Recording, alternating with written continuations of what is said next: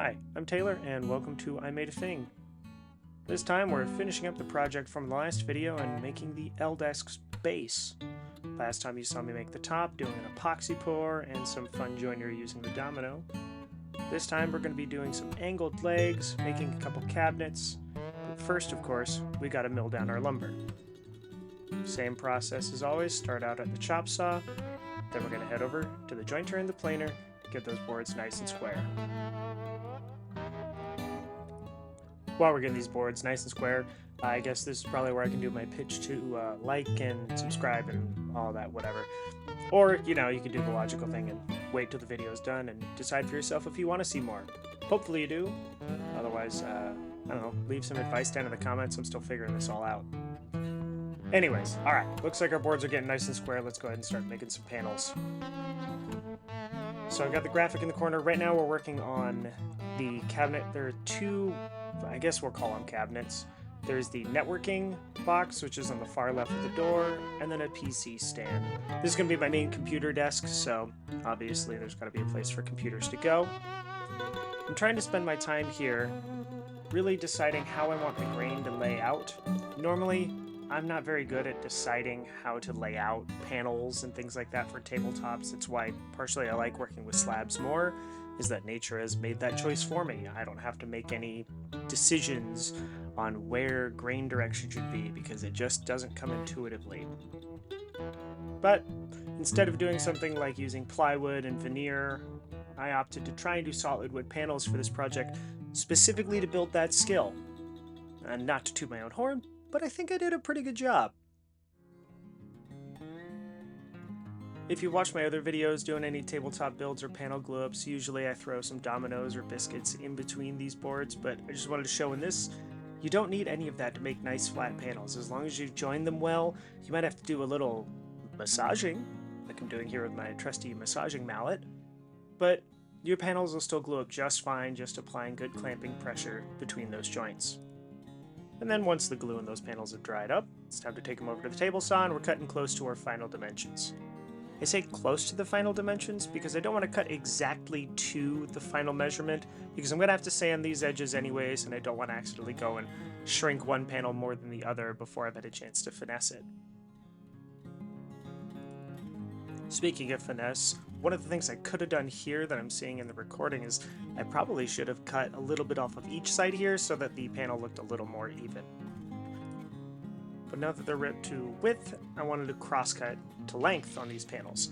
And one thing I've heard before when talking to some other woodworkers and people just getting started is, which table saw blade should I buy? And do I really need to buy more than one? And when I say, yeah, it's probably worth buying a ripping blade and a crosscut blade, they then ask, how long does it take to actually switch blades? And sometimes it might seem like a lot, but once you've done it a few times, it's really fast. Here, I'm not rushing, I'm not hurrying, this is how fast I normally change a blade. And it takes me less than a minute to go from my ripping blade to my crosscut blade. And the benefit here is that in both cases I'm getting the best possible cut, and I'm not having to hope that my, general contractor blade or whatever is going to cover all of my bases. And for those of you unfamiliar, this is a good moment to realize the difference between a ripping blade and a crosscut blade. It really is just the number of teeth. Ripping blades, because you're working with the grain, need fewer teeth and they can spin faster, get more air through, reduce heat, but it gives you a sloppier finish if you're doing crosscuts, versus a crosscut, or sometimes you'll see them called like plywood blades, just have more teeth.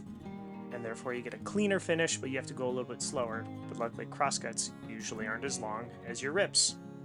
So here I'm just using the crosscut sled to clean up one edge before setting the stop block on it to do my repeated cuts for how long I actually want those panels to be. As a side note, I do realize how much sawdust my table saw is kicking up in this video.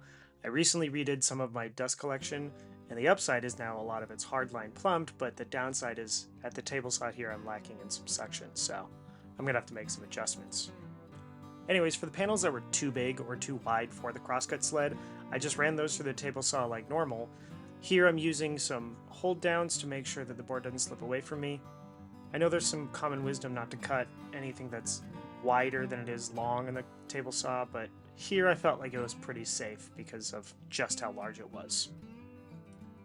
At any rate, the panels are now cut to their dimensions, and here I'm just stacking them up on top of each other in roughly the shape they're going to end up to get a feel for just how big my cabinets are going to be. This here again is the networking cabinet. I'm going to throw like a network attached storage, and I think I have a home server I plan on throwing into here. But the main point of this was just to see, is this starting to feel right? Because it's hard to tell when you start with just a 3D model and a mock-up to know if you're getting your proportions right. So I always like trying to stand up in front of me while I'm working, even before anything like joinery is ready, just to start getting a better sense of scale in my head. Maybe it's just me, maybe other people are better at getting a sense of scale mentally, but boy, I suck at it. But it looked like it was shaping up pretty good, so the last thing I needed to do here was just do some final finessing on some of the joints that weren't perfectly clean. Here I'm just hand planing down some of the seams. I had to glue on just a little extra piece of board because this panel somehow ended up slightly too short. I say somehow, it was my fault. I cut this first one too short, and then I had to glue a piece on. I don't even know why I included this shot. You didn't have to know that. It could have been my little secret. But it's not. Now everyone knows. Whatever, it doesn't matter. The panels themselves I just sanded down once they were planed and finished up, because this is really the last time I was going to need to touch up on them until it was finally assembled. So now with the networking cabinet more or less built, it was time to start working on the right side here, the PC stand cabinet shelf doohickey. The stand-up feature in this one, of course, is just that little angle cut there. I just honestly was looking for something to visually break up the language of the piece, and I figured something nice and easy was an angled cut. I experimented with curves, I experimented with all sorts of things in design, but really just that straight angled cut ended up looking the best. As far as how to make it, easy. I just marked out distance from the bottom and the side to decide where the cut's going to start and stop. And then I took this big long straight edge I have and marked the line. There's a bunch of different ways I could do this cut. One of the ways you could set down a track saw along that cut, but I wanted to try it with the table saw, so here I'm just marking out and checking. I wanted to make sure that was a 110-degree angle, not because it really matters structurally or anything like that, but yeah, I wanted to get that right. On the table saw then, I have this angle cutter, but it only goes up to 15 degrees. So instead what I'm doing is I'm going to cut this piece of plywood to 5 degrees, and then I can put it in between the angle cutter and the fence, and that'll give me my 20. So you can see there I cut my 5-degree panel, and now I'm pushing the actual piece I want to cut with the angle cutter and the 5 degrees.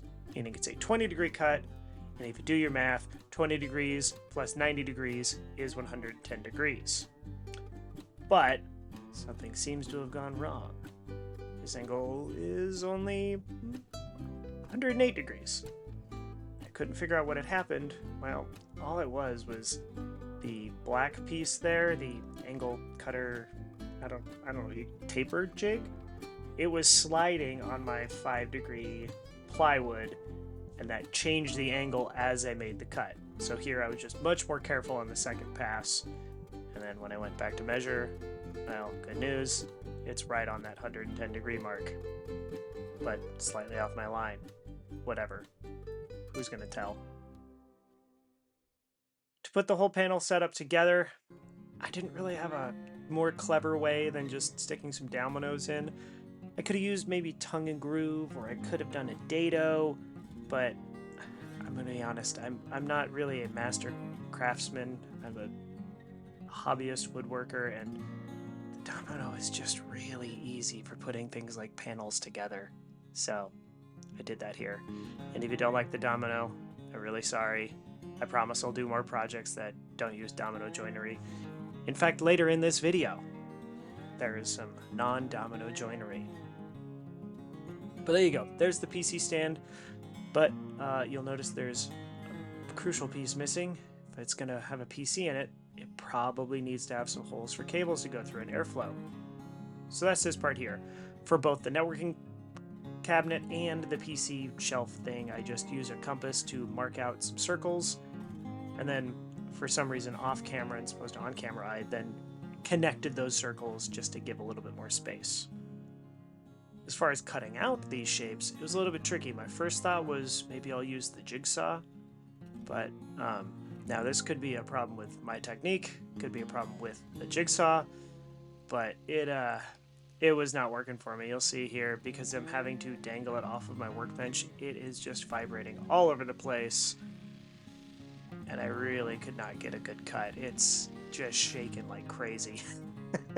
Look at that thing go, oh my goodness. Boy, I really just kept at it for a little while though, didn't I? Look at me go. I'm almost proud of me, but it's starting to smoke. I could smell fire.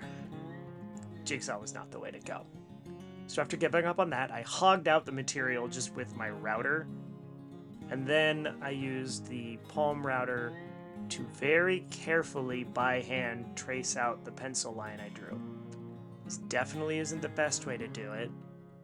I probably could have used something like a scroll saw or made a template or something, but I mean, at the end of the day, it did work because I did a shallow pass tracing the line of the shape I made there.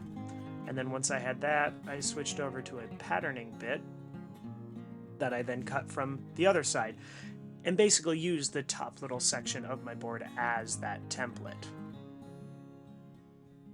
And it worked pretty well. You'll see here I'm just going around the circle, but I got a little bit cocky and accidentally went against the grain right about there.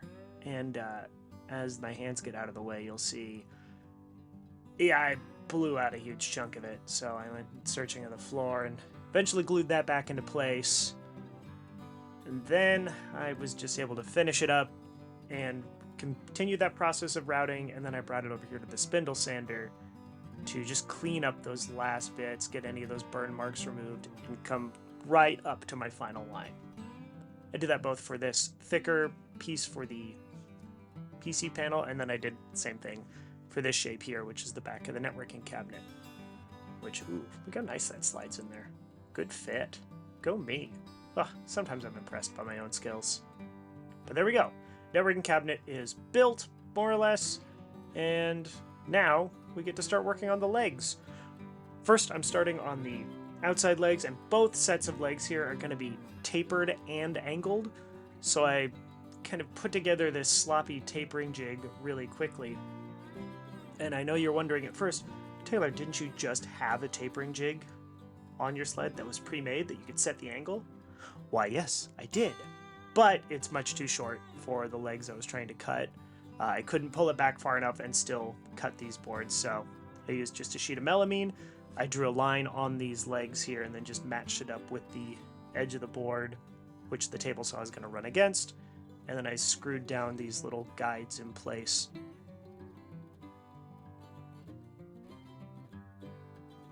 I think this is one of the things that as I've started doing more and more woodworking, I've gotten a lot more comfortable with, is just on the fly whipping up a jig, as opposed to just hoping that if I make all of my measurements right, I'll get it right every time. Because I don't. I never do. I can measure 100 times, and still if I have to make 3 identical parts, if I don't use a jig, they will not be 3 identical parts. But with a jig, they'll be at least kind of close. And here you see, it really doesn't take very long. Again, this is a real time. This is like not even 45 seconds, and I've got a jig more or less assembled. The only thing I don't show on camera is me then attaching the toggle clamps that you're going to see after this cut that make it a lot easier to use. See, toggle clamps. Sorry, I forgot to film it. Spoilers, you just screw them down and then they're in place. But it makes it a lot easier to do multiple parts, batching them out without having to make sure I'm holding it the exact same way by hand every time.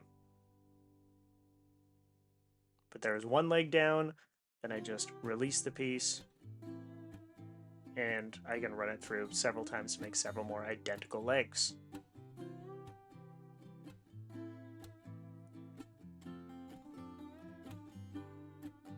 See? Ooh. Also, yeah, no, that dust collection, boy, that is a problem. It didn't seem so bad when I was doing it myself, but watching it on camera, that's crazy. I've got to figure out a better solution. Alright, and now that all those tapers are cut, it's just time to thicken up these legs by gluing them together.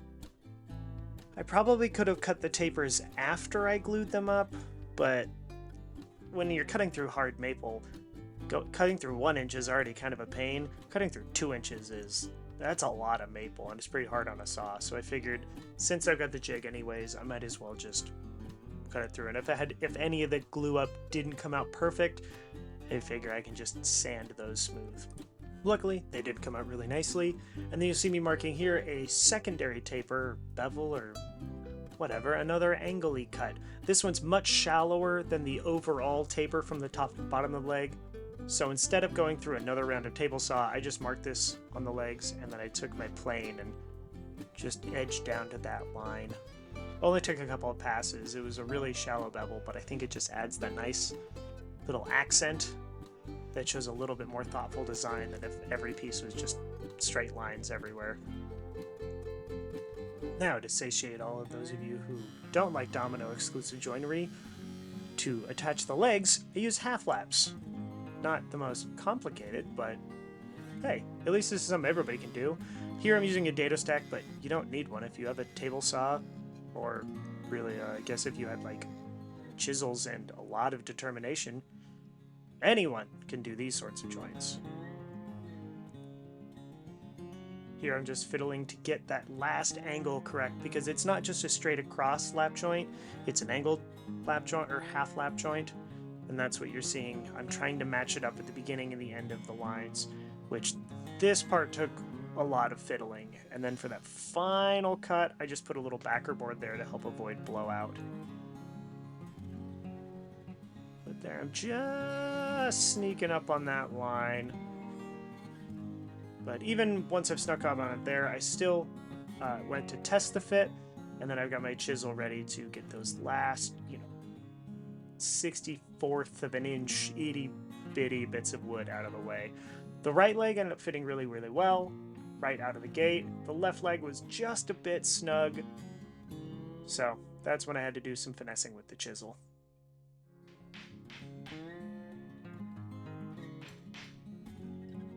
Besides, who doesn't like a little bit of hand tool, joinery? It's always pleasant.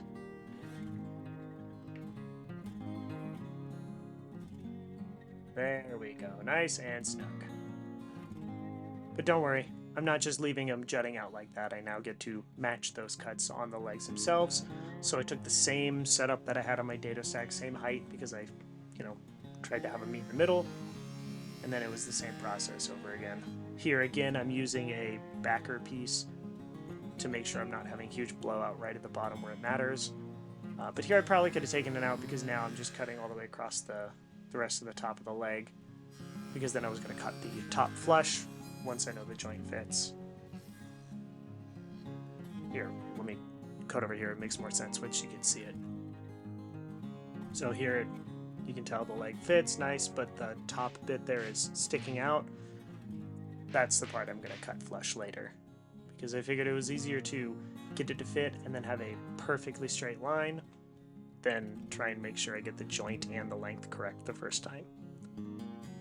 The last little bits of detail on here, I'm just marking again little tapers to put on the leg brace top bits. I don't know what to call those, but instead of planing this time, I thought, oh, you know what? It'll be way faster just to run these through the table saw at a butt-clenching angle. I do not recommend this. This was a terrifying cut. This definitely can't be the right way to do this. On the upside, it did work, but here I thought better, and this time actually used what seems to be the correct jig, but had it set up wrong and forgot to lock down my fence, so completely missed my line. I guess the good news is at least I missed it in cutting it too long, but took a couple more tries sneaking up on the fit and actually locking down the fence. Then, of course, the cut worked. And there we go. Oh, buddy. Oh, jeez. Yeah, maybe next time I'll do those ones by hand. Tapers on the table saw for little bits. Not great. But I guess all's well that ends well. Anyways, I'm gluing the legs on here. The green tape I'm putting just right at the seams to help avoid dealing with squeeze out. It makes it a little bit easier once you just have the tape there. You get the leg pressed into place, the squeeze out comes out, you pull the tape off, and you don't have to worry about letting dried glue get stuck into those tight corners. You know, unless you're like me and you forget to take the tape off while it's drying, and here you see me just clamping it in place with the tape still there. So, you know, go me. But nothing a little bit of extra sanding can't flush up. Because who doesn't love extra sanding? At this point, everything's more or less constructed though. So I've got my networking cabinet here, placing on the tabletop that, you know, secretly was finished before, but whatever. And then I've got the legs that are going to go on the outside of that cabinet. Looks like sizing's good there, so let's grab this end leg and... uh-oh. In my plans, this leg was shorter than the other leg I cut. But then I just got excited and mirrored the other leg. This is why you double check your plans. Ugh. But I guess this is a way to know if you're a good worker, is can you fix your problems? And what better way to fix a problem than just cutting the piece off that's too long? Yeah, it's not the most creative solution to the problem, but it works. Yeah, a little bit off the back there. And then, wow, it's like it was meant to be this long. The first time around. While I was over there, ripped down and also got some stretchers cut because I knew I was going to need those eventually anyways. And there we go. Okay, now the sizing looks correct. So now just for the last few details. The first would be, I don't think this cabinet should just be floating next to those legs. So I put these little kind of shelf feet underneath it for it to have something to rest on. And there will be matching feet on the side close to the camera right now too. And then on the bottom of the PC cabinet, that's where these little nubbed feet come in. And again, the easiest way for me to attach them was just throwing dominoes in. I could have screwed from the other side, could have done some other stuff, but whatever. Here we're seeing this is a similar connector, well, identical connector to what I used in the tabletop in the last video. It's just a knockdown connector, like you'd see it like IKEA furniture or something, but you know, nicer because it's in solid hardwood furniture. And here it's because this desk in one piece would be way too big for me to move, so I have the couple different segments all easily, you know, manually connected as opposed to glued in place. So you just pop that connector in there. There's a matching kind of connector hole slot in the stretcher. So you just line that up and screw it in over here. And then Bob's your uncle, you've got yourself a whole connected L-desk base.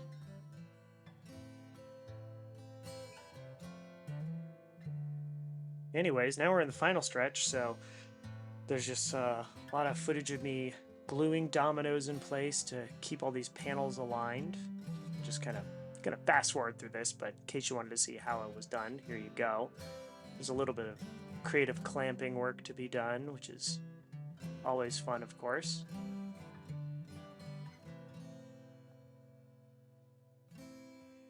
I'm gonna be honest, I'm a little bit worried about wood movement with these, because after the fact, it was in my excitement of designing this thing, I didn't really think hard enough about joinery for that PC platform bit. At least with the cabinet here, this is pretty standard cabinet design, but the PC cabinet has wood grain going in two different directions. Yeah, hopefully it won't explode.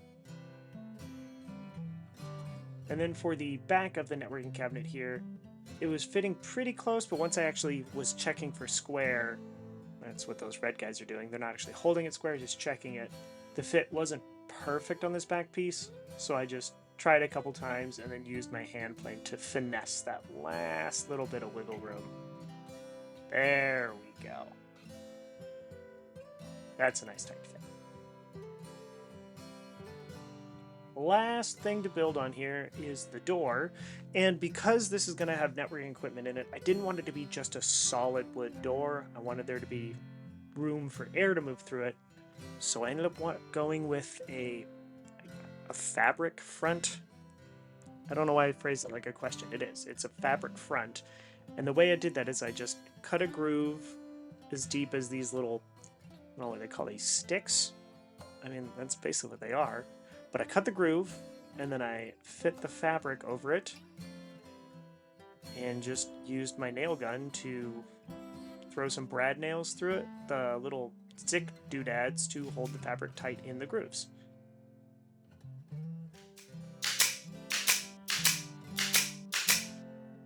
Once that was done, I just cut off the excess fabric and called it good, I guess. I mean, yeah, I'm not 100% happy with the way that the fabric is still a little bit loose in the back of the door. Not here, yeah. Then once I flush cut it.